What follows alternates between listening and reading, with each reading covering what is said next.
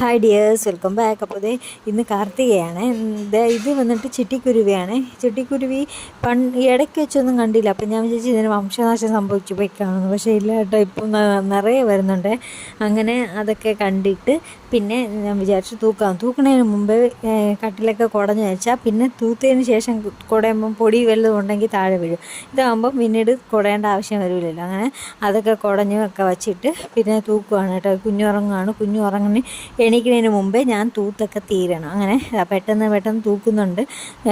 ഇത് ഇട്ടിരിക്കുന്ന വീടൊന്നും അല്ല കേട്ടോ, കാണുമ്പോൾ അങ്ങനെ തോന്നും. പക്ഷേ ഒരു 2 വയസ്സായിട്ടുള്ള കുട്ടികൾ ഉള്ള വീട്ടിൽ ഇതായിരിക്കും അവസ്ഥ. നമ്മളെ വീട്ടിൽ വേറെ ആരെങ്കിലും പ്രത്യേകിച്ച് വരികയാണെങ്കിൽ ഇപ്പോൾ തൂത്തിട്ട വീടായിരിക്കും, പക്ഷേ ഉള്ള പൊടിയും പേപ്പറുകളും എല്ലാം വലിച്ച് വാരി കൊണ്ടുവന്നിടും കേട്ടോ. അങ്ങനെയാണ് ഇപ്പോൾ ഈ വീട് എത്ര ഒതുക്കി വെച്ചാലും ശരിയാവില്ല കേട്ടോ. ഈ ചെരുപ്പൊക്കെ ഇതിൽ സ്റ്റാൻഡിൽ വെച്ചിരിക്കുന്ന ചെരുപ്പും അവൻ തന്നെയാണ് പറക്കിയൊക്കെ ഇടുന്നത്. പിന്നെ ഞാൻ അതൊക്കെയും പറക്കിയൊക്കെ വയ്ക്കുന്നുണ്ട്.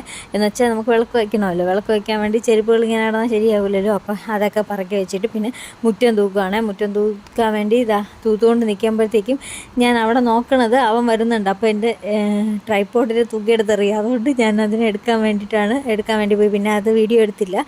അതിനൊക്കെ ശേഷം ഒക്കെ കഴിഞ്ഞ് വന്ന് പിന്നെ വിളക്കൊക്കെ ഒരുക്കി വിളക്ക് ഇവിടെയും വെച്ചു. അയ്യപ്പനും വിളക്ക് വെച്ചു. അപ്പോൾ അത്രയുള്ള വീഡിയോ ഇഷ്ടപ്പെട്ടാൽ ലൈക്ക് ചെയ്യുക, സബ്സ്ക്രൈബ് ചെയ്യുക, സപ്പോർട്ട് ചെയ്യണം. Thank you.